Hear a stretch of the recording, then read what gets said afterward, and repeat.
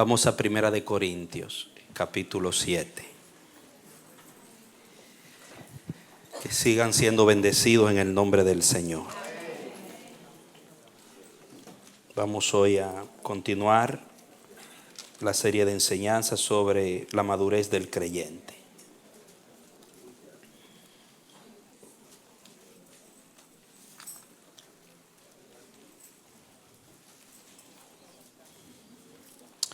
Ya vamos por el capítulo 7. ¿Cuántos están aprendiendo sobre esta serie de enseñanzas? Qué bueno, que Dios nos ayude a vivir esa palabra, a crecer, a madurar.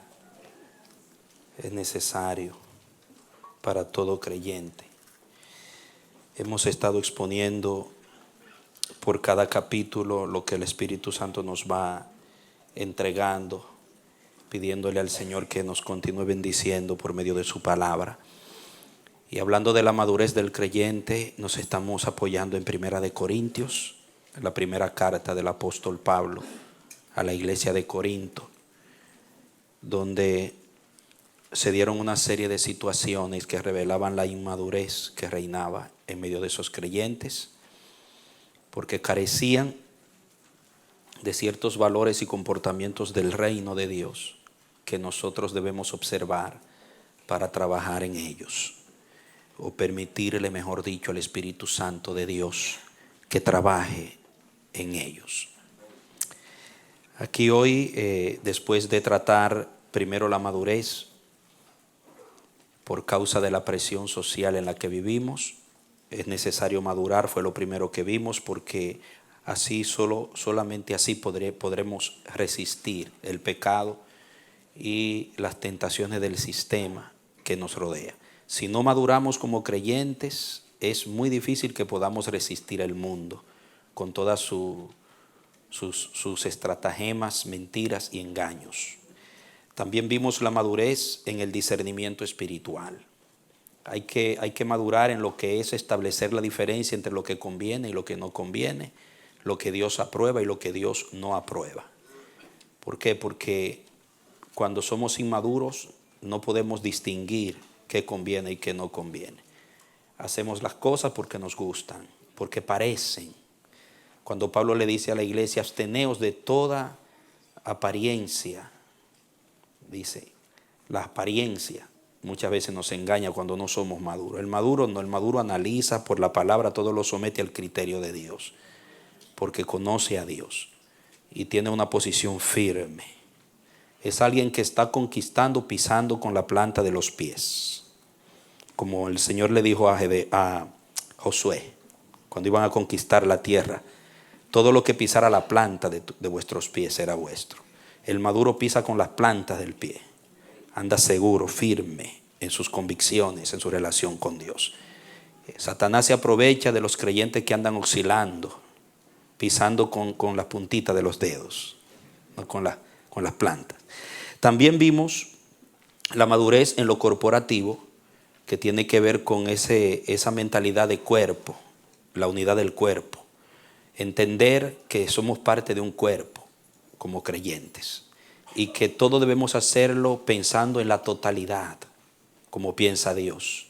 Dios ve un cuerpo y el Señor habló de un cuerpo, de una iglesia. No somos individuos, somos un cuerpo. Y la madurez nos ayuda a, si es posible, muchísimas veces hasta privarnos de nuestra propia razón y nuestros beneficios personales para lograr la salud, mantener la salud del cuerpo y la unidad del espíritu. Como Pablo le decía a los colosenses, a los hermanos de Éfeso, les decía que fueran solícitos en preservar la unidad del espíritu. ¿Cómo? Soportándoos unos a otros, con paciencia. Nos soportamos, ¿por qué? Porque hay madurez. El que no es maduro no soporta a nadie.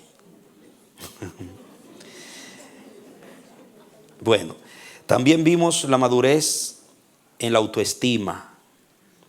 Ese no tener más alto concepto que el que debemos tener, un concepto equilibrado de lo que somos en Dios.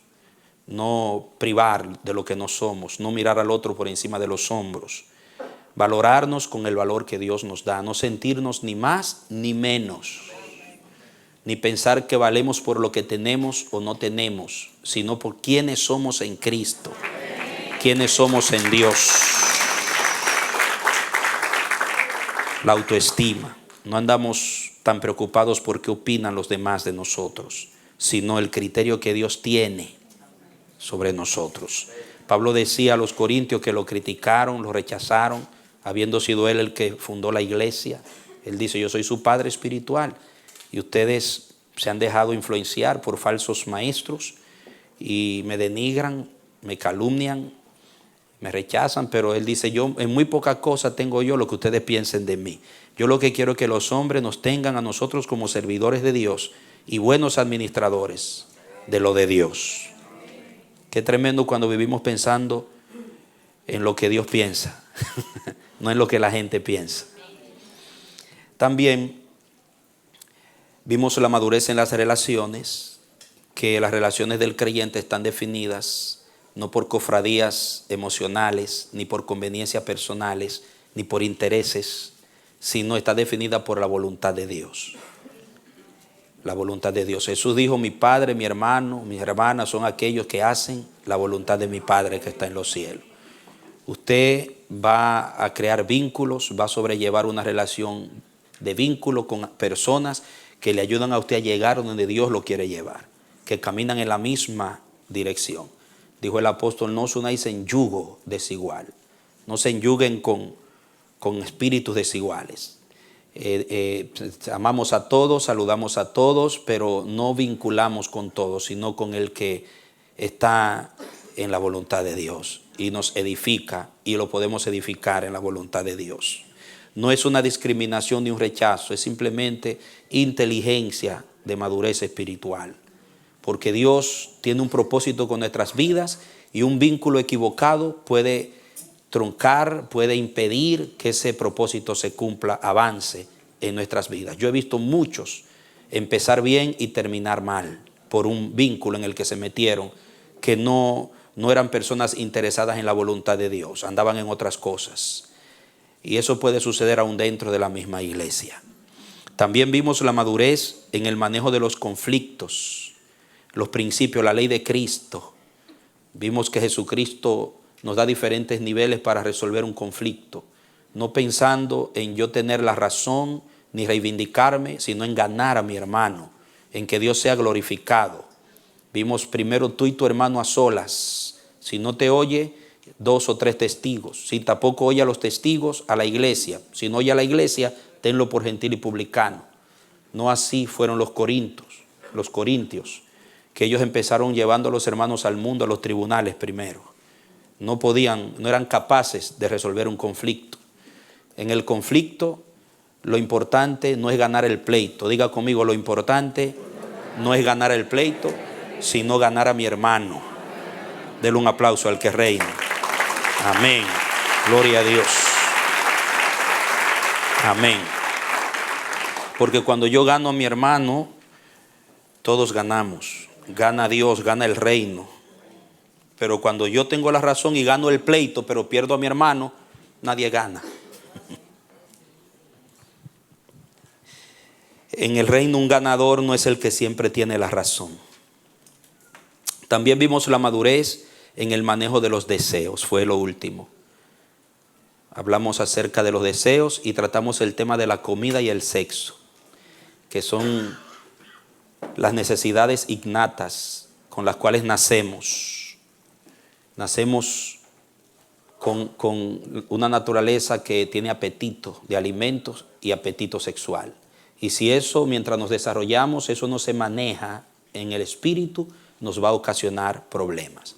Si no se someten esos deseos a los estándares de Dios, si no santificamos nuestra libertad, se la ofrecemos al Señor, vamos a tener serios problemas. El secreto es consagrar nuestra libertad al Señor. Decir como Pablo: todas las cosas me son lícitas, pero no todas convienen. Todas las cosas me están permitidas, pero yo no me dejaré dominar. No me dejaré dominar de ninguna. O sea, eso es consagrar la libertad. Yo soy libre, Dios no me obliga a que yo haga lo que Él quiere. Yo puedo hacer lo que yo quiera. porque me creo libre y aún habiéndome convertido, permanezco con una voluntad que puedo usar. Pero el Espíritu me enseña por la palabra a someter mi libertad a Dios, porque solamente así lo que yo haga o deje de hacer va a ser provechoso y va a redundar en buenos frutos. Y a la larga lo voy a disfrutar de verdad. Pero si me entrego a mi propia libertad y hago un mal uso de ella porque me gusta, aunque no conviene, entonces yo voy a perder en lugar de ganar en un momento dado. Y no voy a glorificar a Dios en mi vida. Hoy vamos a continuar en el capítulo 7, ahí está, capítulo 7, vamos a ver el tema de hoy. Vamos a continuar avanzando en la madurez del creyente, según Primera de Corintios. Verso 1 dice: en cuanto a las cosas de que me escribieron, bueno es para el hombre no tocar mujer, pero a causa de la inmoralidad sexual, cada hombre tenga su esposa y cada mujer tenga su esposo. El esposo cumpla con su esposa el deber conyugal, asimismo la esposa con su esposo. La esposa no tiene autoridad sobre su propio cuerpo, sino su esposo. Asimismo el esposo tampoco tiene autoridad sobre su propio cuerpo, sino su esposa. No se nieguen el uno al otro, a menos que sea de acuerdo mutuo, por mutuo consentimiento, por algún tiempo. ¿Para qué? Para que se dediquen a la oración y vuelvan a unirse en uno, para que no los tiente Satanás a causa de su incontinencia. Esto digo a modo de concesión, no como mandamiento. Más bien, quisiera que todos los hombres fuesen como yo, pero cada uno tiene su propio don procedente de Dios, uno de cierta manera y otro de otra manera. Digo, pues, a los no casados y a las viudas, que les sería bueno si se quedasen como yo. Pero si no tienen don de continencia, que se casen, porque mejor es casarse que estarse quemando. Pero a los que se han casado, mando, no yo, sino el Señor, que la esposa no se separe de su esposo. Pero si ella se separa, quédese sin casar, o que se reconcilie con su esposo, y que el esposo no abandone a su esposa. A los demás digo yo, no el Señor, que si algún hermano tiene esposa no creyente y ella consiente en vivir con él, no lo abandone. Y si alguna esposa tiene esposo no creyente y él consiente en vivir con ella, no lo abandone. Porque el esposo no creyente es santificado en la esposa y la esposa no creyente en el creyente. De otra manera sus hijos serían impuros, pero ahora son santos. Pero si el no creyente se separa, que se separe. En tal caso, el hermano o la hermana no han sido puestos bajo servidumbre, pues Dios los ha llamado a vivir en paz. Porque, ¿cómo sabes, oh esposa, si quizás harás salvo a tu esposo? ¿O cómo sabes, oh esposo, si quizás harás salva a tu esposa? Hasta ahí lo dejamos por hoy. Vamos a tratar esta porción. En la próxima ocasión estaremos tocando los demás textos del capítulo 7. Pero vamos a ver cómo el Espíritu Santo nos ayuda a navegar en estas aguas sagradas de esta porción que hemos leído. Una sabiduría profundísima del apóstol Pablo que el Espíritu le concede para dar instrucciones sobre la vida conyugal. Esto es por motivo de preguntas que él había recibido de parte de algunos líderes de la iglesia en Corinto. Él estaba en Éfeso y le llegaron las preguntas y él las va respondiendo en oración. Las cartas apostólicas no se trata de escritos espontáneos y a la ligera de los apóstoles para la iglesia. Esas cartas fueron producto de mucha reflexión y oración. Cuando Pablo recibía una inquietud de una iglesia, de hecho él vivía orando, Pablo vivía intercediendo por la iglesia. Y de repente Dios le mostraba las condiciones en las cuales estaban las iglesias por medio de propias preguntas que le llegaban de líderes, de situaciones que se estaban viviendo en los diferentes lugares donde estaban las iglesias locales. Entonces Pablo se metía en oración, así lo hacían los apóstoles, orando, ayunando, para que el Espíritu les revelara los principios, para poder levantar los principios y estándares del reino en la iglesia y traer restauración y orden en la casa de Dios. Y los principios que Pablo utiliza aquí para enseñar sobre esto bajaron del mismo trono de Dios. Y por eso nosotros debemos poner mucha atención. Y en esta hora, al hablar de lo que es el fondo del matrimonio en las dos culturas, la cultura judía y la cultura pagana, y entender ese fondo histórico, ese fondo cultural de diferencia, nosotros vamos a entender el lenguaje del apóstol Pablo de una manera más clara. Por ejemplo, no era lo mismo los criterios que gobernaban la relación conyugal entre el pueblo al que pertenecía Pablo, el pueblo judío, no eran iguales a los criterios que gobernaba la relación conyugal en la cultura pagana. Nosotros fuimos rescatados de la cultura pagana, venimos del mundo gentil, donde los estándares a los que nos fuimos sometidos en nuestra vida sin Dios no tenía nada que ver con la cultura jehovita, que así se le llama, de Jehová, de la cultura hebrea. Para el hebreo, un matrimonio era algo muy profundo. Un matrimonio era un vínculo que se gestaba en el cielo, en la eternidad, y se hacía realidad en la tierra cuando Dios le revelaba al hombre su compañera y a la mujer su compañero. Era un cumplimiento de un designio divino, no era un flechazo de Cupido. No era un flechazo de Cupido, un matrimonio para la cultura de Dios, jehovita.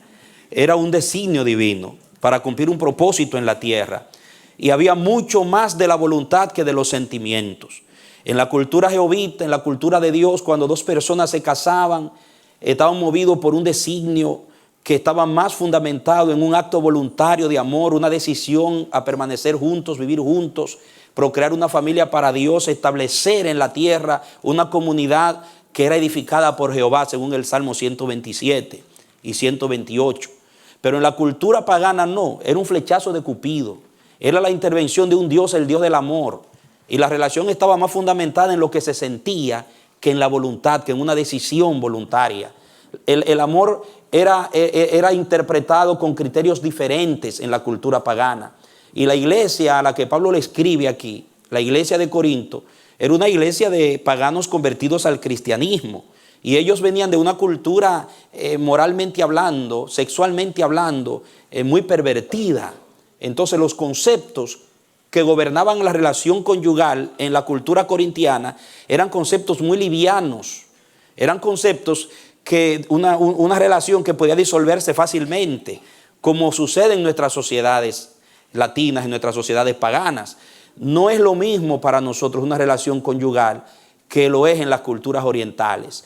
Por ejemplo, nosotros vemos que si una persona se casa con alguien y no le va bien, busca un abogado y ya por una sencillez los divorcia, por incompatibilidad de caracteres, ya, ahí se encierra todo. Y no es otra cosa que una irresponsabilidad y no es otra cosa que un sentimiento, pero no una decisión fundamentada en valores que verdaderamente tienen fundamento. Es como una relación líquida. Y Pablo tiene que ser firme para mostrarle a los corintios de que un matrimonio tiene un valor tremendo, de que un matrimonio es algo profundo, es un compromiso sólido, es un compromiso primero con Dios y después entonces con la persona con la que tú te vas a enyugar, porque por eso se llama cónyuge, con la que tú te vas a ligar. Por ejemplo, cuando lees ahí mismo en el capítulo 7, el verso 39, no sé cómo lo dice en tu Biblia, en la versión que tú tienes, en la mía dice 7:39, mira, lo dice, la esposa está ¿qué? Ligada. La esposa está ligada mientras viva a su esposo. Está ligada mientras viva. Igualmente, el esposo está ligado mientras vive a su esposa. Ese era el concepto jehovita, no era el concepto pagano corintiano. Pablo quiere hablar de que el matrimonio es algo que liga para toda la vida. En el diseño de Dios no existía el concepto del divorcio. En el diseño de Dios existía el concepto de una ligadura para toda la vida, mientras viva. Si yo me ciño mi relación con Juliana en el concepto de Dios, yo voy a entender que pase lo que pase, yo tengo que luchar para quedarme con esa mujer toda la vida, para establecer una relación sólida, saludable, que dure toda la vida y dé honor al nombre de Dios y Dios pueda cumplir en esa relación lo que desde la eternidad, cuando la predestinó a ella para mí y a mí para ella, el Señor se propuso en su corazón. Pero para el mundo es un flechazo de Cupido, amor a primera vista, la vi, me gustó. Lo vi, me gustó, me cayó bien. O me casé porque no quiero seguir solo. No tengo quien me cocine, no tengo quien me lave las ropas. ¿Usted me entiende? Porque qué linda se ve. Ay, se parece a mi antigua. Y me jaló la atención.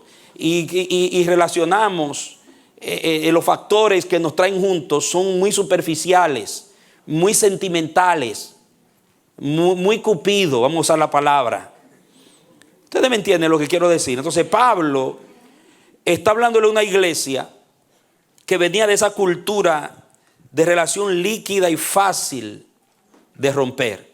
Y él quiere establecer un principio importante para hablar de la madurez con la que se tiene que conllevar una relación, por la seriedad que reviste esa relación, porque es una ligadura, es una unión para toda la vida.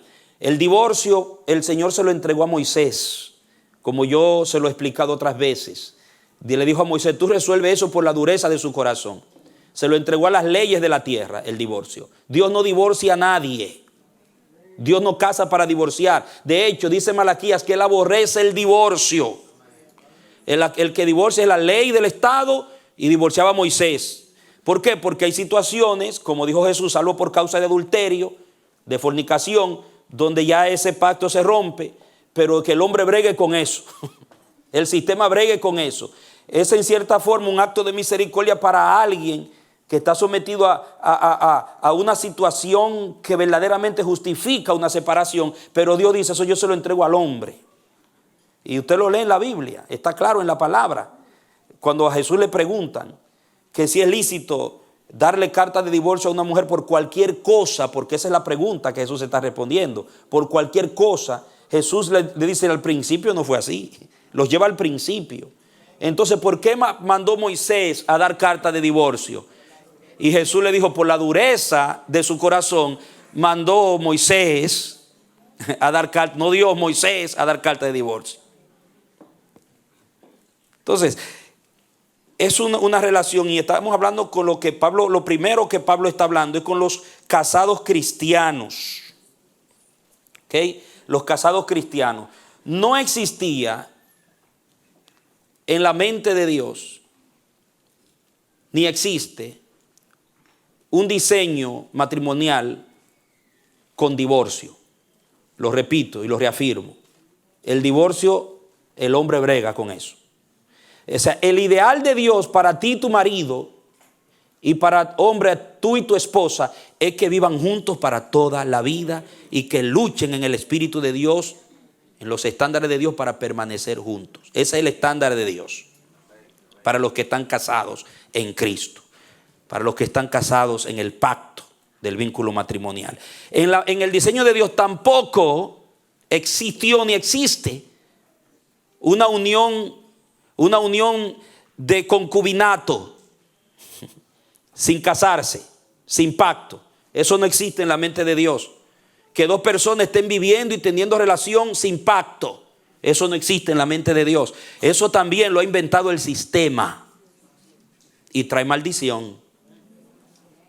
Ok, eso es importante que lo entendamos. Claro, tú eres libre, tú puedes decidir si te casas o no. Dios no te va a poner una pistola en la cabeza, ni te va a decir te voy a matar si no te casas, pero vas a tener las consecuencias del pecado, porque no está dentro del diseño.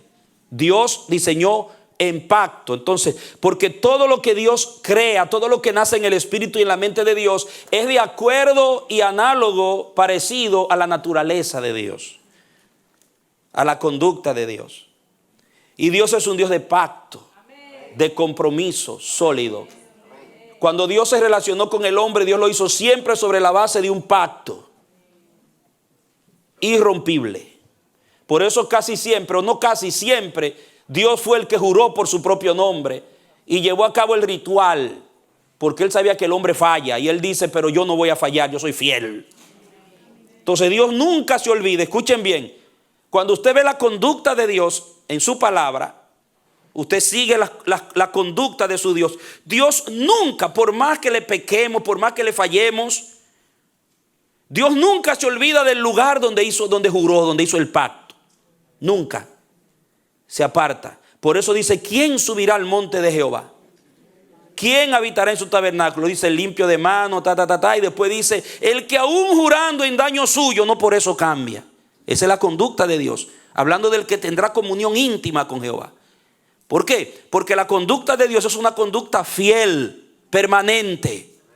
Pablo dice, aún nosotros permanezcamos infieles, Él permanece fiel, porque Él no puede negarse a sí mismo. Nunca Dios se olvida de su pacto. La conducta de Dios siempre Él va a recordar ese momento que Él juró por su nombre, que te iba a ser fiel. Así tiene que ser el matrimonio en Dios. Así tiene que ser toda relación diseñada en Dios, fiel el uno al otro, hasta que la muerte los separe. Ese es el diseño de Dios.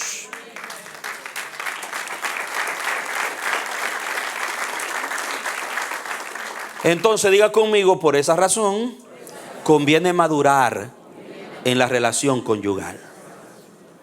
¿Por qué? Porque la mayoría de los divorcios no se dan por incompatibilidad de caracteres, ni por fornicación, ni por causa justificada. Se dan por inmadurez entre los cónyuges. Conflictos que no se resuelven porque son inmaduros. Cuando hay madurez se lucha. Se paga el precio antes de salir corriendo. Muy bien. En este capítulo 7 nosotros vamos a manejar, o se maneja, el apóstol Pablo maneja 4 aspectos. Hay predicadores y maestros que aplican todo este capítulo en una sola estructura. Y por el tema que se ha manejado sobre divorcio y nuevo casamiento en la iglesia, que se han hecho libros sobre eso, se han establecido tratados sobre ese tema, cuando el tema específico aquí en el capítulo 7 no es hablar de divorcio y nuevo casamiento. Pablo lo incluye como una referencia ínfima dentro de todo el contenido. Ustedes van a ver, a medida que pasemos a través de todo este capítulo 7, que divorciarse y casarse de nuevo es una referencia mínima que aparece aquí. El concepto general del espíritu aquí es mucho más que eso. Muchísimo más que eso. Primero, Pablo trata la relación conyugal en un matrimonio entre dos espirituales, dos creyentes. Eso usted lo va a ver del verso 1 al verso 11. Es lo primero que trata. El caso de una relación conyugal entre dos creyentes nacidos de nuevo, del mismo espíritu. Dos espirituales. Luego en el verso 12 al 16 habla de un matrimonio entre un espiritual y un natural, mixto, que no es el mismo caso que el primero. El primer caso es un caso diferente al segundo, porque no es lo mismo un matrimonio entre dos creyentes que un matrimonio mixto, de una creyente o un creyente con una persona que no es creyente. Hay personas que vinieron al Señor, se convirtieron estando casados. Y en Corinto se estaba dando que cónyuges que se convirtieron estando ya casados estaban abandonando a sus cónyuges. Y Pablo viene a traer un orden en cuanto a eso. Principios.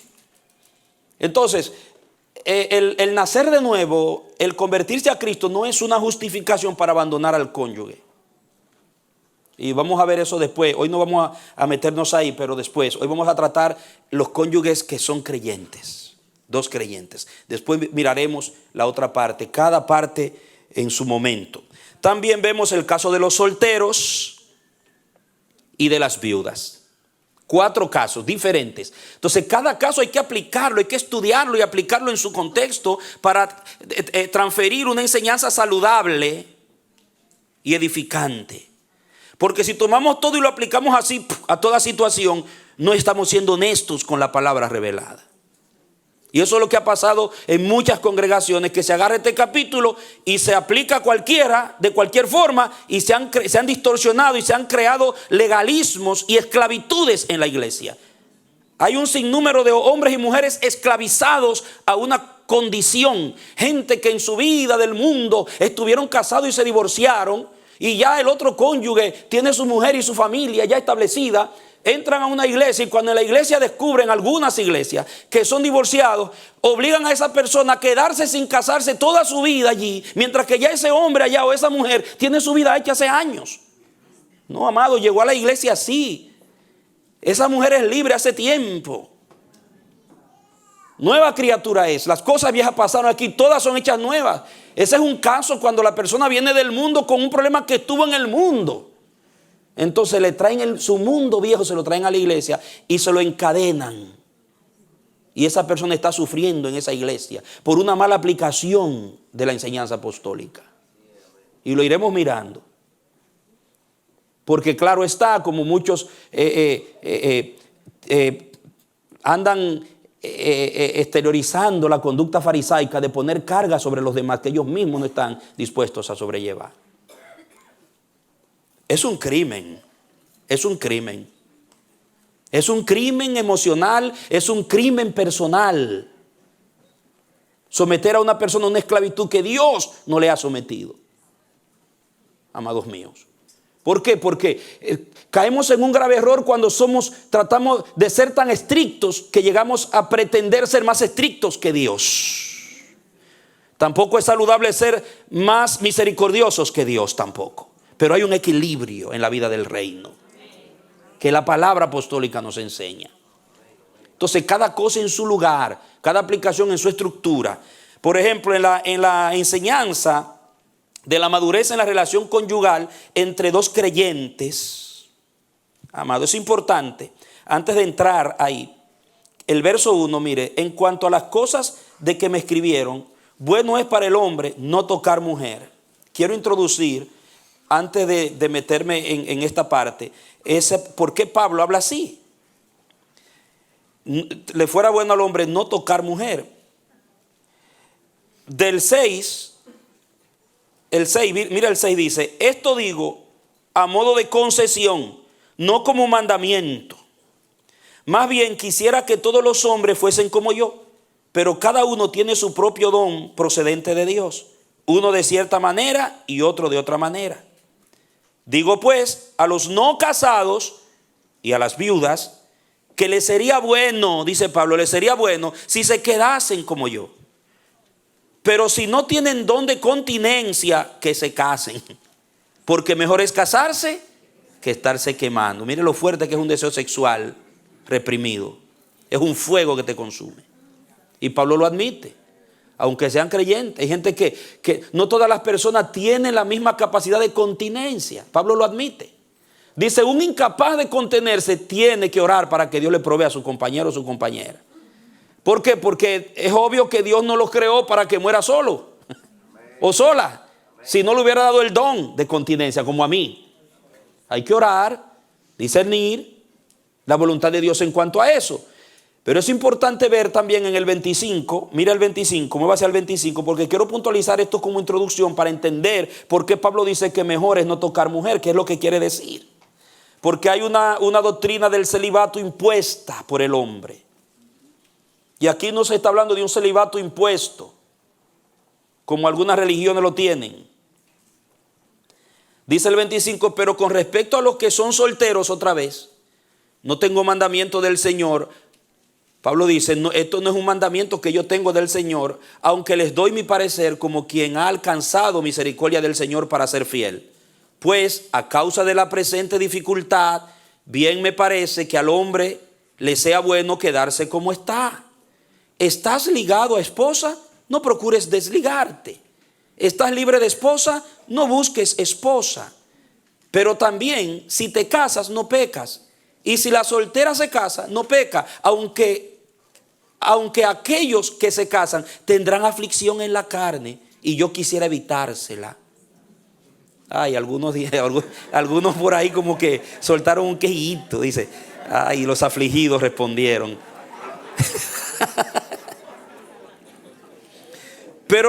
Pero les digo, verso 29, pero les digo esto, hermanos, que el tiempo se ha cortado. En cuanto al tiempo que queda, los que tienen esposas sean como si no las tuvieran. Los que lloran como si no lloraran. Los que se alegran como si no se alegraran. los que compran como si no poseyeran, y los que disfrutan de este mundo como si no lo disfrutaran. Porque el orden presente de este mundo está pasando. Quisiera pues que estuviesen libres de ansiedad. El no casado se preocupa de las cosas del Señor, de cómo agradar al Señor, pero el casado se preocupa de las cosas de la vida, de cómo ha de agradar a su esposa. Y su atención está dividida. La mujer no casada o soltera se preocupa de las cosas del Señor, a fin de ser consagrada tanto en cuerpo como en espíritu. En cambio, la casada tiene cuidado de las cosas de la vida, de cómo agradar a su esposo. Esto digo para su provecho, no para ponerles restricción, sino para que vivan honestamente atendiendo al Señor sin impedimento. Note la motivación de Pablo, porque dice que le fuera mejor no tocar mujer. Pablo y los demás apóstoles, en el tiempo que ministraron, ellos esperaban que Cristo vendría muy cerca, muy pronto. Por eso la iglesia vivía como vivía. Por eso se predicaba el evangelio como se predicaba. Por eso la iglesia se movilizaba con toda la maquinaria del Espíritu para ganar al mayor número, para alcanzar el nivel que Dios le había demandado, porque Cristo viene. Ellos pensaban que Cristo venía ya. Entonces Pablo está hablando desde la perspectiva de ese pensamiento. Dice, como está tan cerca la venida, mejor, solteros, en lugar de meterse en ese lío, dedíquense a servirle a Dios. ¿Para qué? Porque Cristo viene pronto y lo que van a disfrutar es muy poquito. Esa es la idea. Conviene mejor dedicar todo tu tiempo, soltero y soltera, a servir al avance del reino, porque Cristo está a la puerta, que disfrutar un poquito y después perder la oportunidad de hacer el trabajo que Dios te ha encomendado. Porque cuando te cases, el matrimonio es tan demandante, Pablo lo ve como algo tan importante y tan demandante, que cuando te casas ya tu tiempo estará compartido. Ahí se ve la gran diferencia que veían los apóstoles entre ser casado y ser soltero.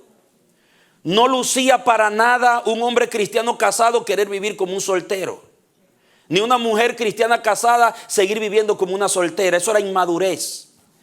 Pablo entendía que cuando te casaste hay un tiempo que tú tienes que dedicarle a tu esposo, y hay un tiempo que tú tienes que dedicarle a tu esposa, que hasta Dios te lo respeta. Pero si tú sigues viviendo, no, es que mi tiempo es mío, yo hago lo que quiera sin querer dar cuenta a nadie, siendo una sola carne con un cónyuge, no has entendido el matrimonio. Estás ligado, estás enyugado y no lo has entendido. Eres un inmaduro, eres una inmadura. Por eso él dice, mejor es que no toquen mujer, porque es aflicción. Usted se imagina yo deseando hacer algo para Dios, pero mi esposa me necesita y yo tengo que suplirle su tiempo y su carencia a ella.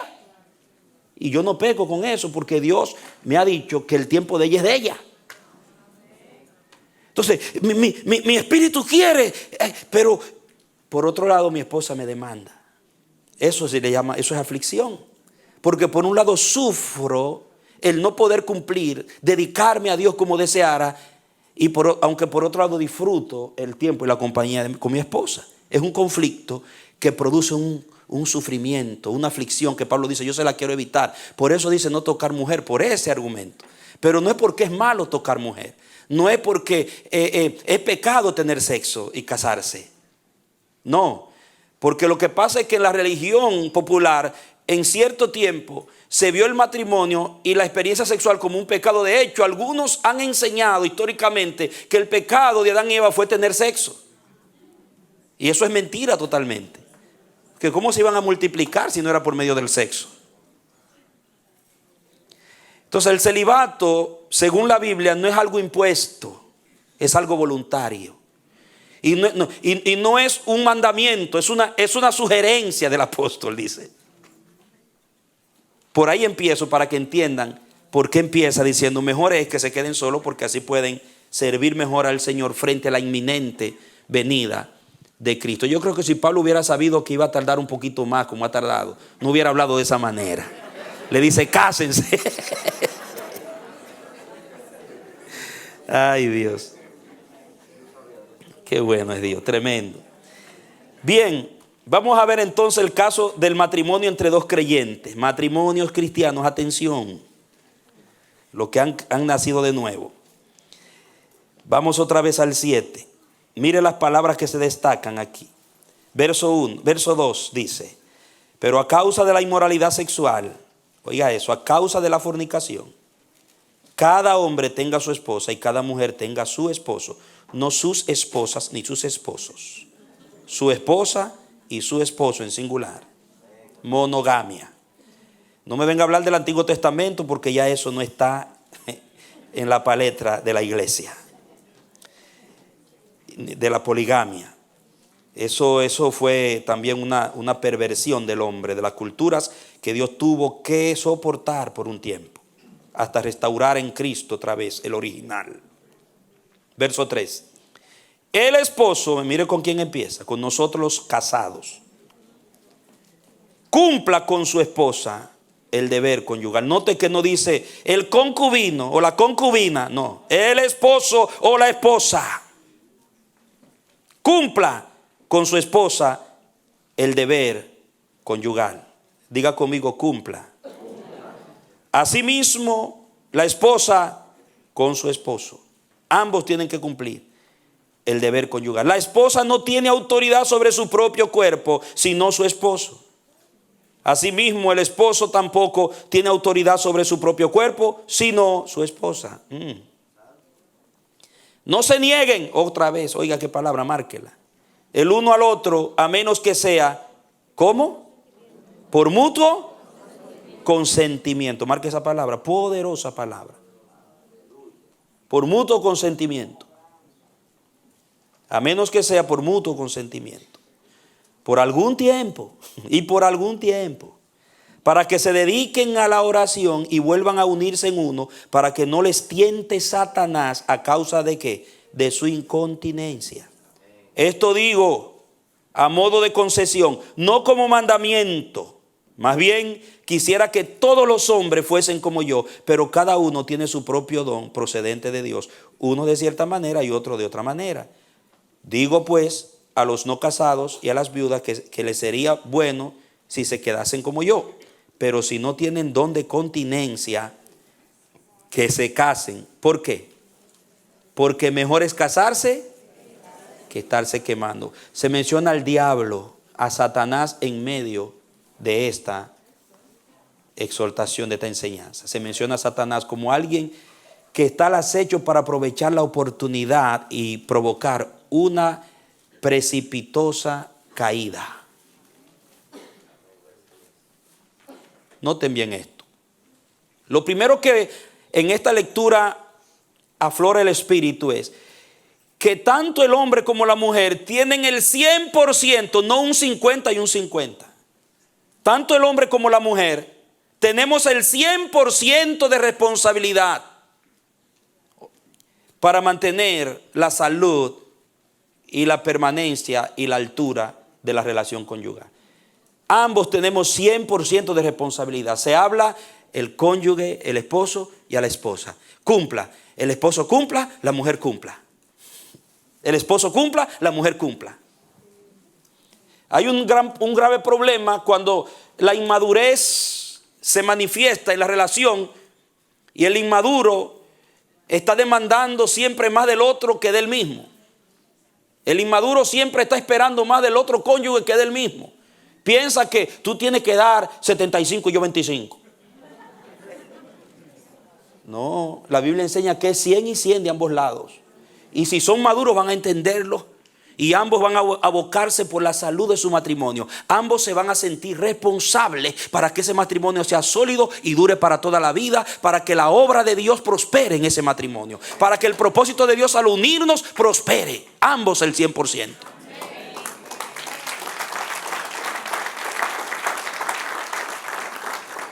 Diga conmigo, hay madurez donde ambos dan el 100% de responsabilidad. Ninguna relación prospera cuando hay una mayor cuota de responsabilidad de un solo lado. No funciona una relación de un solo lado. Es de ambos lados.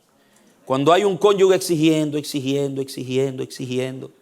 y da tan poco, es un inmaduro, es un niño, no ha entendido lo que es el matrimonio. Diga, solamente tiene derecho a exigir el que ha dado primero.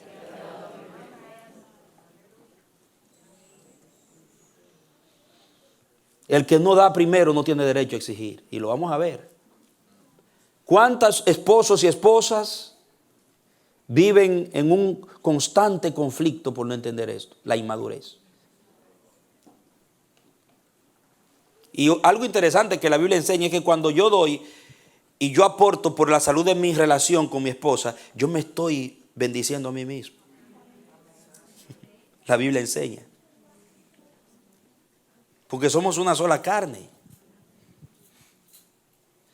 No nos casamos para estarnos exigiendo el uno al otro, sino para darnos lo mejor el uno al otro. Segundo, hay una responsabilidad mutua de protección moral. Repítalo conmigo, diga responsabilidad mutua de protección moral. Cuando habla de cómo se debe manejar la intimidad, la entrega en lo sexual, cumple el deber conyugal, tiene que ver con la entrega del cuerpo a mi cónyuge. De ambos lados deben de traspasar los tabúes para poder lograr una salud sexual en su intimidad y blindar, oiga bien, que sea blindado su matrimonio de tal manera que no entre la fornicación ni el adulterio. Solo hay una manera en la Biblia que usted puede blindar su matrimonio para que no entre el espíritu de inmoralidad a su cama. Y aquí Pablo la muestra. Primero, responsabilidad mutua de protección. ¿Cómo? 3 acciones revela el apóstol. El Espíritu me las afloró bien claro, de una manera clarita, para poder evitar una caída y una contaminación de un matrimonio por la inmadurez. Primero, recíproca libertad en la entrega mutua. Pablo dice, tienen que entender que tu cuerpo no es tuyo, es de ella. Que tu cuerpo no es tuyo, es de él. Que cuando tu marido o tu esposa te solicita, piénsalo bien antes de decir que no, si verdaderamente se justifica que te le niegues. Porque hay causas que lo justifican, pero a veces hay causas que no lo justifican. Y cuando tu esposo o tu mujer te necesita y tú te le niegas, tú lo estás poniendo en un terreno de peligro, dice la Biblia aquí. Oigan, esto de ninguna manera provee una excusa para hacer lo malo. Por favor, estoy hablando a cónyuges espirituales, estoy hablando a parejas cristianas, nacidos de nuevo. No estoy hablando a niños, ni a carnales, ni a naturales. Pablo está hablando aquí, recuérdenlo bien, a 2 creyentes. Porque hay hombres que hacen lo malo y dicen, porque ella no me atiende. Y eso te justifica que tú vayas a hacer lo que no debes. Pecar contra Dios porque tu mujer no te atiende. Mujeres que hacen lo malo, ¿por qué esto y lo otro? Tú vas a pecar contra Dios y contra tu cuerpo porque tu cónyuge te falla. Eso no es una justificación ante Dios, pero pone en peligro. Es el resultado de un descuido mutuo. Hay principios en una pareja madura para blindar su relación contra las semillas satánicas del adulterio y la fornicación. Y lo primero es entender que ya yo no me pertenezco, yo le pertenezco a ella. Ella no se pertenece, me pertenece a mí. Y si somos cristianos y espirituales, no vamos a abusar de eso. Vamos a disfrutarnos con madurez. Entonces, es importante entender que para que haya una responsabilidad mutua en la libertad de entrega entre los dos, tienen que irse los tabúes. Porque hay muchos tabúes con los cuales nos criamos. Que nos privan el uno al otro. Y no nos llevan a disfrutar a plenitud sin caer en las parafilias contaminantes del mundo y de Satanás, sino en lo que enseña la Biblia. La Biblia es rica en escenas para los matrimonios de cómo disfrutar cuando somos casados libremente nuestra intimidad. Y yo siempre uso el libro de Cantar de los Cantares, que no hay como ese para enseñarle a una pareja a disfrutarse dentro del pacto y de la santidad de lo que es el matrimonio y el sexo en Dios. Que lo han espiritualizado, lo cual es válido y alegóricamente se puede permitir entre la relación de Cristo con la iglesia, pero cuando se escribió eso por primera vez, Salomón no estaba pensando en Cristo y la iglesia, ni la tsunamita tampoco. Ellos estaban pensando en el disfrute matrimonial. O sea, se puede aplicar a ambos lados. Por ejemplo, rapidito allí conmigo, vaya a Cantares 2, rapidito, ponga un marcador porque vamos a regresar. Cantares capítulo 2.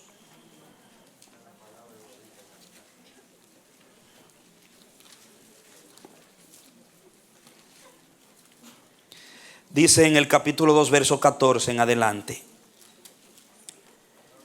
Dice: palomita mía, que te escondes en las endijas de la peña y en los sitios secretos de las terrazas, déjame ver tu figura, hazme oír tu voz, porque dulce es tu voz y preciosa tu figura. ¿Estaban haciendo qué ahí? ¿Jugando al escondido?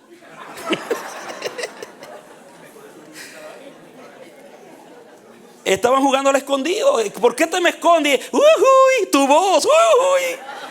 Déjame ver tu figura, sal del escondite. Esa es la idea. Muchas veces parte de la motivación para poder disfrutar la intimidad eran juegos, no los juegos de ahora. Y aquí le está ilustrando un escenario donde la palomita se le está escondiendo. Y él le dice: déjame verte, quiero ver tu figura. Y en el 15 dice: atrápenos las zorras pequeñas que echan a perder las viñas, pues nuestras viñas están en flor. Mi amado es mío y yo soy suya. ¿Qué dice Pablo? Que el hombre no se pertenece a sí mismo, ni la mujer a sí misma. Pablo está pensando en Cantares. Mi amado es mío y yo soy suya. Él apacienta entre los lirios hasta que raye el alba y huyan las sombras. Yo le doy una tarea: investiga, hágale un estudio a qué eran los lirios. Eso yo se lo dejo a usted porque hay menores de edad aquí en esta noche. Vuelve, oh amado mío, sé semejante al venado o al cervatillo sobre los montes de las especias. De noche, sobre mi cama, buscaba al que ama mi alma. Lo busqué, pero no lo hallé. Pensé: me levantaré e iré por la ciudad, por las calles y las plazas, buscando al que ama mi alma. Lo busqué, pero no lo hallé. Me encontré con los guardias que rondan la ciudad y les pregunté: ¿han visto al que ama mi alma? Tan pronto como pasé de allí, hallé al que ama mi alma. Ay, cuando lo halló, mire, me prendí de él y no lo solté, hasta que lo traje a la casa de mi madre. ¿A dónde? A la habitación de la que me concibió. ¿A dónde lo metió? Y eso se lo dejo ahí. De ahí para allá yo no sigo hablando. Imagínense lo que pasó ahí adentro. Lo agarró, se asió de él y lo metió donde ella quería. Él se dejó llevar porque yo soy de ella. Se dejó llevar. Ah, pero usted se imagina, la amada se prende de él y lo jala y él dice: no, ahora no estoy en eso ahora.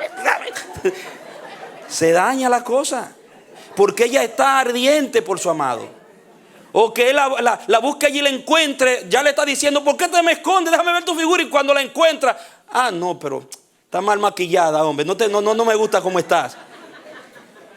No, hermano, eso es un disfrute sano, sin tabúes. Sin tabúes. Ay, es que tengo una grasita de más. Hermano, no se lleve de eso, hermana ni hermano. Ustedes son esposos, están dentro de un pacto. Y donde hay pacto, hasta la grasita se perdona.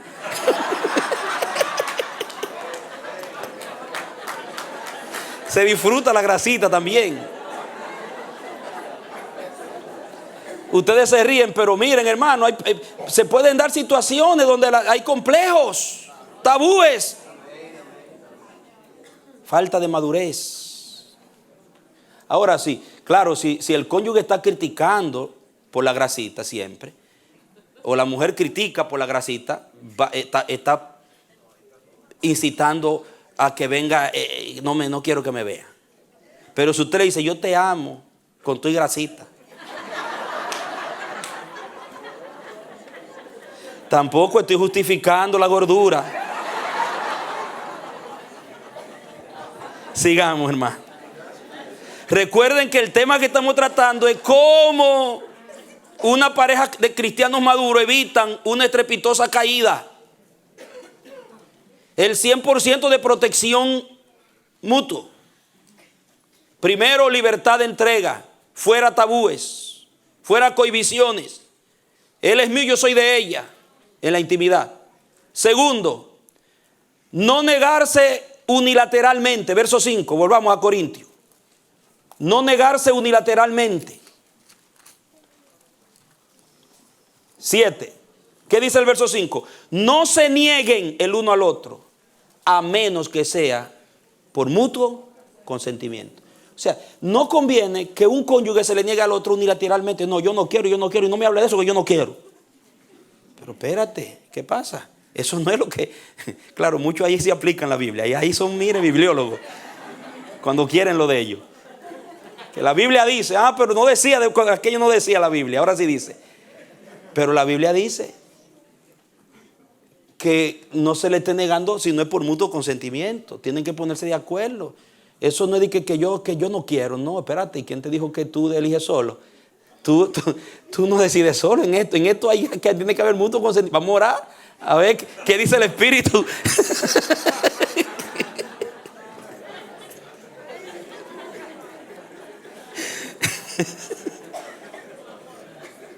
Ay, Dios mío, tantas cosas. Madurez, hermano. El maduro no se niega unilateralmente. Negocia con su cónyuge. Vamos a negociar.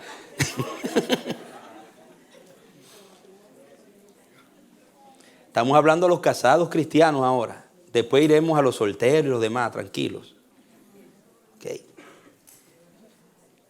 Dice, no se nieguen, al menos que sea por mutuo consentimiento. Tercer comportamiento que protege, blinda la relación para evitar una caída en una tentación de Satanás. Continencia también por mutuo acuerdo. Segunda parte del verso 5. No se nieguen el uno al otro a menos que sea por mutuo consentimiento, por algún tiempo, para que se dediquen a la oración y vuelvan a unirse en uno, para que no los tiente Satanás a causa de su incontinencia.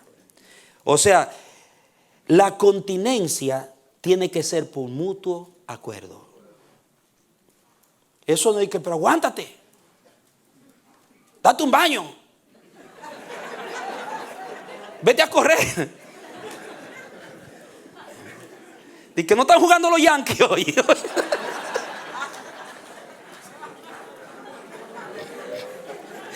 Tratando de sacarle a uno la cosa de la cabeza, ¿comprende? O le cambian a uno la conversación y le meten una historia triste. Comienzan a... ¿Tú te acuerdas de aquella película de terror que vimos cuando éramos novios? Ese monstruo que se metió.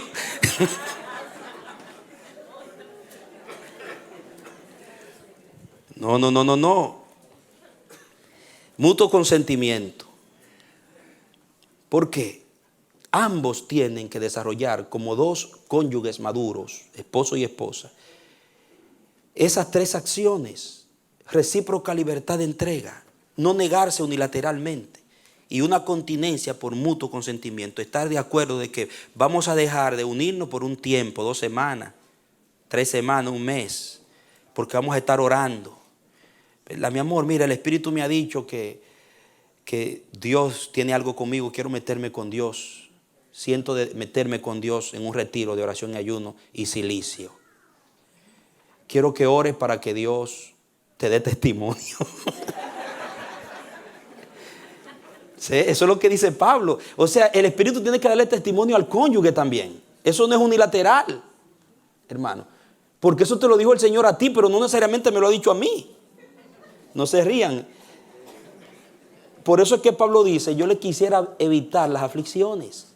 Porque todo eso conlleva el compromiso conyugal. Lo que pasa es que los niños ven el matrimonio como la novelita que ven, y más en el sistema pagano, como algo, no es un compromiso serio, hermano. Ya usted nunca más es individual. Ya usted está ligado, usted es una carne con su cónyuge. Y por eso es que usa la palabra mutuo consentimiento. Usted no será soltero nunca más, ni usted soltera nunca más cuando se casa. Dejará padre y madre, se unirá a su mujer y serán ambos una sola carne. hermanos. Entonces, la base, por eso siempre cuando se habla de la responsabilidad del hombre hacia la mujer y la mujer hacia el hombre, en la Biblia se habla de que sea mutuamente. Mutuamente. Dice la mujer, sométase voluntariamente a su marido en Cristo Jesús. Y dice el hombre ame a su mujer, no abuse de eso, ámela. La mujer respete a su marido y el marido ame a su mujer como a su propio cuerpo, como Cristo a la iglesia. Siempre reciprocidad, 100% de ambos lados en la Biblia. Las mujeres sean afables con sus esposos, trátenlo bien, denle el testimonio para que los que no creen, los que son difíciles de ganar, sean ganados por su conducta afable, respetuosa, tierna. Y el hombre trate a su mujer como un vaso más frágil. Ustedes ven, siempre se le pide a los dos, nunca a uno solo. Porque es mutuo. Pero eso es para pareja madura, es que hace eso. Los niños no, los niños están pensando en ellos mismos. Ellos piensan que un matrimonio feliz es que usted frota una botella y sale el mago, el genio. Y le dice, felicidad para siempre. No, eso no se sale de una botella, de un genio que sale de una botella. Hay que accionar, hay que asumir un comportamiento como Dios se comporta, fiel al pacto. La base es que los dos asumen el 100% de responsabilidad. Esa es la base de un matrimonio saludable. Esa es la base de un matrimonio duradero. Esa es la base de un matrimonio que impacta. Esa es la base de un matrimonio que revela gloria de Dios. Ambos aportan el 100% para blindar en santidad su intimidad, para evitar que el diablo tiente y haga caer, para evitar que se meta el enemigo y dañe el testimonio. Entonces, diga conmigo, el matrimonio no es para muchachos. No es para muchachos. Esto es demasiado responsabilidad. Para gente que madura, que entiende lo que está haciendo. Ustedes ven en el verso 10 al 11, 7, 10 al 11 dice, pero a los que se han casado, mando, no yo, sino el Señor. Pablo mete los principios de Cristo aquí. Para los que están casados, está hablando de la pareja cristiana, hermano. Recuérdenlo bien, todavía estamos en el matrimonio cristiano. No yo, sino el Señor, que la esposa no se separe de su esposo. Pero si ella se separa, quédese sin casar. O que se reconcilie con su esposo. Y que el esposo no abandone a su esposa. El contexto histórico de esto era que muchos creyentes, parejas creyentes, por cualquier cosa en la iglesia de Corinto, estaban abandonando a sus mujeres. Y Pablo dice, no, el que vino a Cristo tiene que seguir como vino. Ahora, dice, el que se separe, pero entienda bien, él se está apoyando en la enseñanza de Cristo. No pierda de vista eso. No yo, aquí no soy yo, no mi opinión, es lo que enseñó Cristo. Que si se separa, quédese sin casar o reconcíliese con su esposo, pero si se separa sin una causa, ese es el contexto. ¿Por qué? Porque ¿cuál fue la pregunta? Cuando usted se va a lo que enseñó Cristo, le dejo esa tarea en Mateo 19, cuando le preguntan los religiosos para tentarlo sobre el divorcio, ¿es lícito que el hombre se divorcie de su esposa por cualquier cosa? O sea, están hablando de un divorcio injustificado bíblicamente, legalmente de Dios. ¿Y qué le enseña Jesús? No, porque él está respondiendo a la pregunta. No es así, en el principio no fue así. Porque el matrimonio es tan fuerte como el pacto que Dios hace. Dice, en el principio el que lo creó dijo que ya no serán más dos sino uno solo. Y le habló de la unidad. ¿Y por qué entonces Moisés le mandó a darle carta de divorcio? Bueno, Moisés por la dureza de su corazón, no porque Dios lo diseñó. Y luego más debajo Jesús añade que el hombre no puede soltar a su mujer por cualquier cosa, sino salvo, dice Jesús, por causa de fornicación. Un adulterio. Y cuando habla de fornicación, no es que un resbalón, que el hombre se arrepiente y cambia y se perdonan y vuelve. No, está hablando de una conducta repetitiva, fornicaria, donde, que contamina el pacto. Salvo por eso, el hombre se puede divorciar. O sea que Cristo mismo está dando una salvedad para un posible divorcio, pero no por cualquier cosa. Entonces Pablo, si está hablando de lo que Cristo enseñó y dice quédese sin casar, se está refiriendo a una mujer que abandona a su marido sin una causa justificada. ¿Me entienden? Y viceversa, un hombre que abandona a su esposa sin una causa justificada. Y note bien que quien tiene que quedarse sin casar, según Pablo, es el que soltó en banda a su cónyuge. No es el que fue soltado, es el que soltó, dice ahí. Ahí está claro. ¿Usted me entiende? ¿Por qué? Porque si usted decidió quitarse eso de encima por su propia cuenta, no en obediencia a los principios, usted va a tener que cargar con su consecuencia. Porque delante de Dios están casados todavía, porque usted se divorció fuera de los principios y los estándares. No hay fornicación, no hay adulterio, no hay nada. Es simple, porque es que este hombre, que esta mujer, por cualquier cosa. Entonces usted se va a quedar así, o reconcíliese con él o con ella. Porque usted fue que se zafó voluntariamente, unilateralmente, y respetó los estándares de Dios. Le dio un criterio liviano a la relación que Dios le da tanto valor. Usted puede entenderlo, hermano. Pero hoy no, hoy agarran ese versículo y se lo aplican a cualquier caso. ¿Usted me entiende? No, hay que ver bien qué es lo que Pablo está diciendo. Dentro de lo que Cristo ha enseñado, está hablando si lo suelta, se desliga sin causa. Porque eso era lo que estaba pasando en Corintios.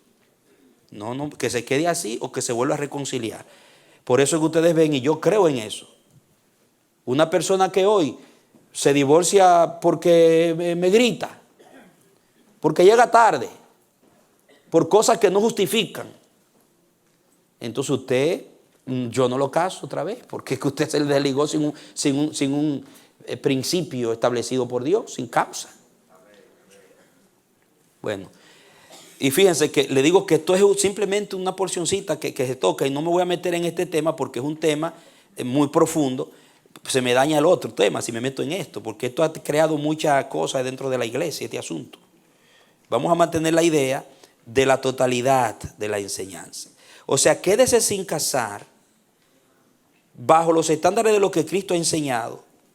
Pablo la plantea por 3 razones esenciales. Primero, por no haber causa justificada, quédese sin casar. Segundo, porque ustedes dos son creyentes y saben la verdad. Ustedes los dos son creyentes y saben lo que es el reino. Es en rebeldía y desobediencia que están. Y tercero, están bajo los principios de Cristo, no bajo los criterios del paganismo. O sea, dentro de la cultura pagana de Corinto, grecorromana, habían causas por las que, según la ley social, por la que un hombre podía soltar a su mujer sin necesidad de un adulterio, y por la que una mujer podía desligarse. Porque recuerden, el criterio era un flechazo de Cupido, no algo que fue ligado desde la eternidad. Entonces fácilmente se rompía, porque la relación estaba ligada por sentimientos sensuales, más que todo, afectivos, no por compromiso espiritual y de propósito divino. Entonces, Pablo dice, ustedes no pueden hacer lo que hace el mundo, porque entonces, ¿qué testimonio estamos dando del reino? Quédese sin casar, porque usted sabe la verdad y la está desobedeciendo, divorciándose sin cualquier causa. Entonces, en el reino, ante un arrepentimiento genuino en el reino de Dios, debe prevalecer el perdón y la restauración. Cuando usted se va al Sermón del Monte y ve el criterio de Cristo, si un hombre o una mujer le falla a su esposo por un resbalón, un descuido, y viene arrepentido, viene arrepentida, lo mejor sería que haya una reconciliación. Entren en consejería, en restauración. Yo he visto casos de infidelidad por un descuido, no porque es una tendencia fornicaria ni adúltera del hombre ni de la mujer. Hubo un resbalón, un descuido y cayó el hombre, cayó la mujer, y el Señor ha restaurado. Porque esa es la grandeza y el poder del reino, que hay restauración cuando hay voluntad de perdón. ¿Me doy a entender? Siempre Dios va a procurar la restauración del hogar, hermano, porque Dios es un Dios de familia. No que de una vez me falló, ya, no, busque ayuda, busque consejo, luche, Si usted sabe que su marido no es así o su esposa no es así. Ahora, si es un tipo que se arrepiente y después vuelve otra vez. Y después vuelve y dice que se arrepiente. Después vuelve otra vez a lo mismo. Ya, espérate.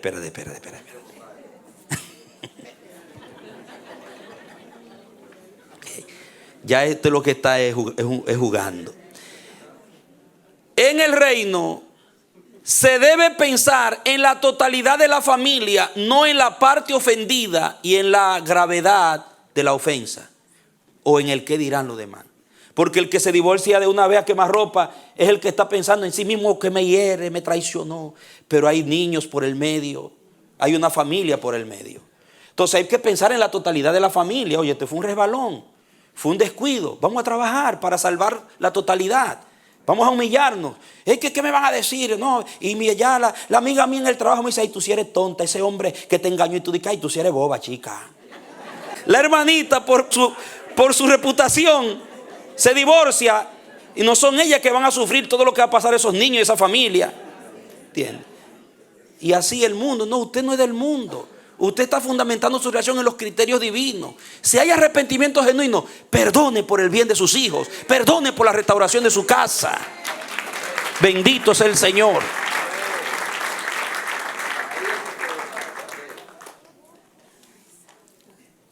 Eso es el reino, hermano. Pero tiene que haber madurez. Para usted, aunque fue ofendido, fue ofendida, perdonar al que se arrepiente.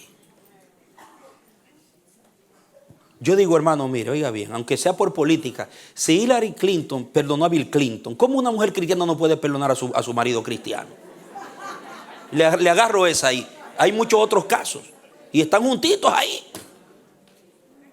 Ah, no, pero los cristianos, ay, que la Biblia dice que hay que andar en santidad y que esto, y de una vez sueltan en banda y se destruye la casa, los niños sin papá en la casa, sin mamá en la casa, y eso se vuelve allí, no hay reino por ningún lado. No. En el reino hay poder de restauración cuando hay verdadero arrepentimiento. Madurez. En el reino se debe agotar el último recurso para salvar la familia. Repítalo conmigo. Debemos agotar el último recurso para salvar la familia. Pero hay que ser maduro.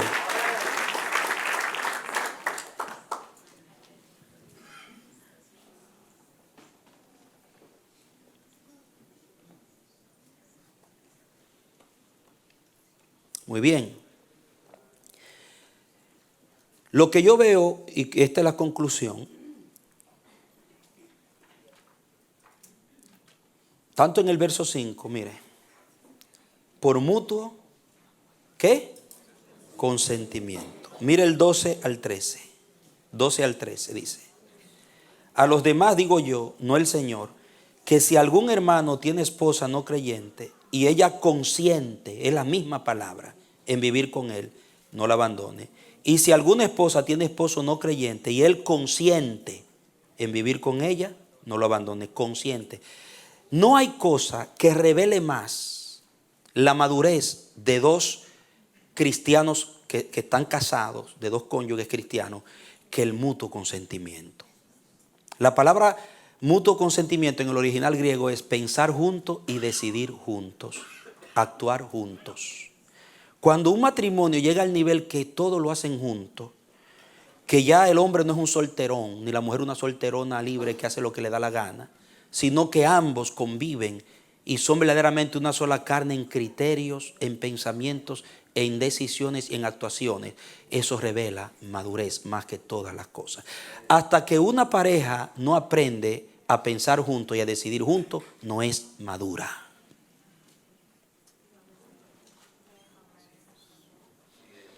Oiga, y oiga esto, donde se piensa junto en un matrimonio es porque se ora junto.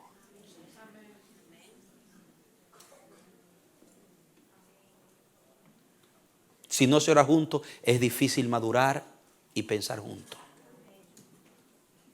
Y escuche esto, oiga, donde se piensa junto y se decide junto y se actúa junto, el diablo no puede entrar.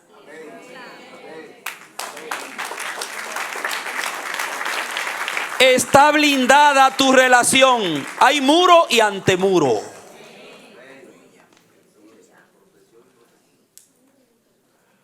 Hermano, las relaciones más hermosas y fructíferas comienzan a dañarse cuando uno comienza a hacer cositas solito. La otra comienza a hacer cositas solita. Y comienza la mujer a hacer cosas y después que se la dice al marido, después que ella metió la pata y viene y se lo dice, o cuando el marido lo descubre, o cuando la mujer descubre al hombre, y eso que tú no me dijiste, ay, perdóname, fue que se me olvidó que esto y lo otro, y eso se convierte en una conducta, cada quien haciendo por su lado. Por ahí se mete el mismo demonio. El matrimonio es para sobrellevarlo juntos. Debemos madurar a tal nivel que si yo hago algo o tengo aquí detrás un pensamiento de hacer algo y que mi mujer no sepa, que eso a mí no me deje dormir. Que no me deje dormir hasta que yo se lo diga. No puedo esconderle esto a mi esposa. Yo no puedo hacer esto sin decirle a mi esposo. Porque tiene consecuencias. Porque ese no es el diseño de Dios. Diga conmigo, el diablo se mete, contamina y destruye en lo que se sale del diseño de Dios.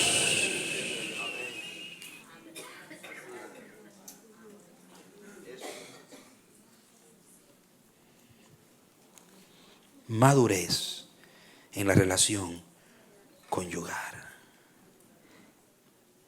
Comportarse como un soltero estando casado es una señal de inmadurez. Porque la unidad de criterios es el diseño de Dios. Para pensar, quiero que vayas a casa, que vayamos a nuestras casas y nos acostemos pensando en esto. ¿Cuáles son mis criterios en mi relación conyugal? Estoy manejando mi matrimonio siendo un matrimonio cristiano con los criterios del mundo o con los criterios de Dios. Criterios del mundo no consolidan ni sostienen un matrimonio que nació en el cielo. Olvídelo. Sino los criterios del reino sostienen, mantienen y prosperan un matrimonio que nació en el cielo. Porque lo que nació en el cielo se sostiene con lo del cielo, no con lo de la tierra. El pensamiento de Dios. Diga, lo que nació en la mente de Dios se mantiene con el pensamiento de Dios, no con mis criterios ni con lo del mundo. Que yo creo, que a mí me parece que fulanito lo hizo así. No, ¿qué piensa Dios? ¿Qué dicen los principios? Que yo siento, no, ¿qué dicen los principios? Nos manejamos de forma madura con criterios saludables y que llevan a permanecer en lugar de divorciar. Ambos estamos aportando el 100%. ¿O la carga está de un solo lado? ¿Hay en mi intimidad con mi esposa o con mi esposo libertad de entrega mutua? ¿O hay reservas y tabúes que están afectando? Hay que ser libres. ¿Asumimos un comportamiento que protege de caídas y tentaciones? ¿O mi esposa está desprotegida? ¿Mi esposo está desprotegido? ¿Asumimos, hay consenso o hay egoísmo? Porque el egoísta no entra en consenso, solo piensa en él.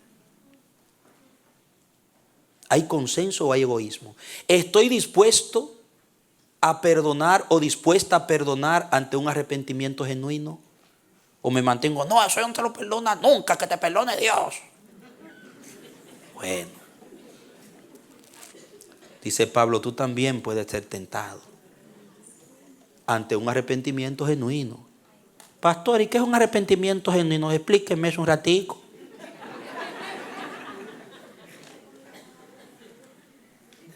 Hay fruto. Usted le dice, bueno, si tú quieres que yo te acepte y que te perdone, yo te perdono, pero vamos a buscar ayuda. Consejería pastoral. Porque hay una debilidad en ti y eso tenemos que aprovechar eso y meterle mano a eso. No, es que yo no quiero que nadie lo sepa. No. Pues entonces espérate. Hay que esperar entonces para yo aceptarte. Si hay un arrepentimiento genuino, claro, mi amor, yo lo estaba pensando, vamos a poner pastor, yo quiero humillarme, quiero entregarme más a Dios. ¿Qué te garantiza que no se repita? Que haya fruto. Pablo, ¿cómo le dijo Ananías a Pablo? Vete, levántate, predica y lava tus pecados. Hay que lavar los pecados, esos pecados hay que lavarlos, haciendo todo lo contrario. Fuiste infiel, ahora tú vas a ser más fiel y eso se aprende. Hay que madurar en esa área. Amén, hermanos. Que Dios nos guarde a todos. Que el Señor nos guarde a todos. ¿Pienso en la totalidad y no en mí solo o sola?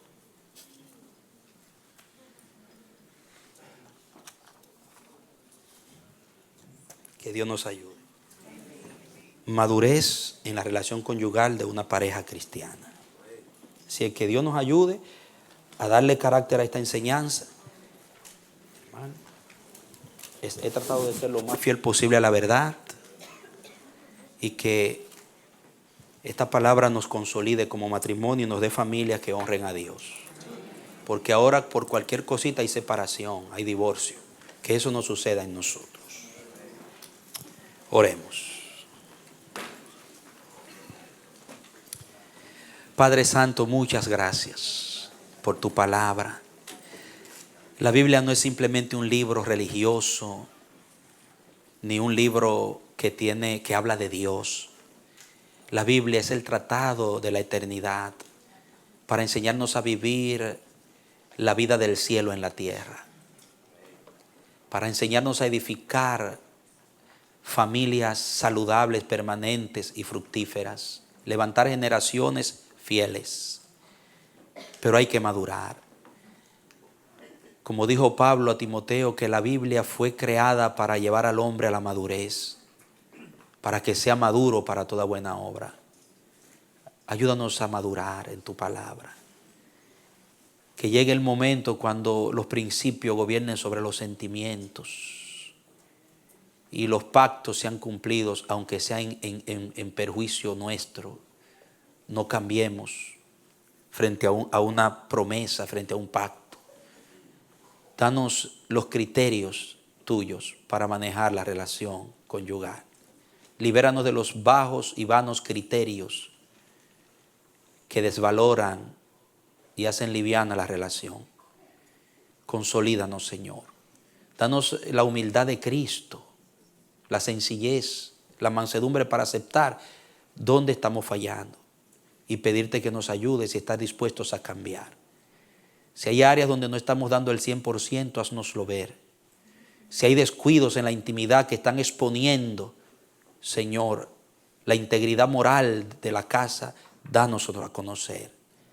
Y te pediremos perdón y nos arrepentiremos y colaboraremos contigo para que tu espíritu nos edifique en madurez y estabilidad conyugal. Saca de raíz toda semilla mala que se ha metido en las relaciones matrimoniales. Libera, sana, purifica, Padre. Porque tu palabra es como agua que lava. Tu palabra es como fuego que purifica. Sea tu palabra purificando, desarraigando, estirpando toda célula cancerígena en los matrimonios. Y trae la vida del reino a nuestras intimidades. Somos hombres y mujeres, humanos con debilidades. Y necesitamos que esa antorcha arda y nos alumbre para no salirnos del camino. Ayúdanos a madurar en nuestra relación conyugal como creyentes. Que esta palabra consolide nuestra relación en esta noche. Profundice nuestra intimidad y nos lleve a actuar con mayor madurez. En el nombre de Jesús te lo rogamos. Amén y amén.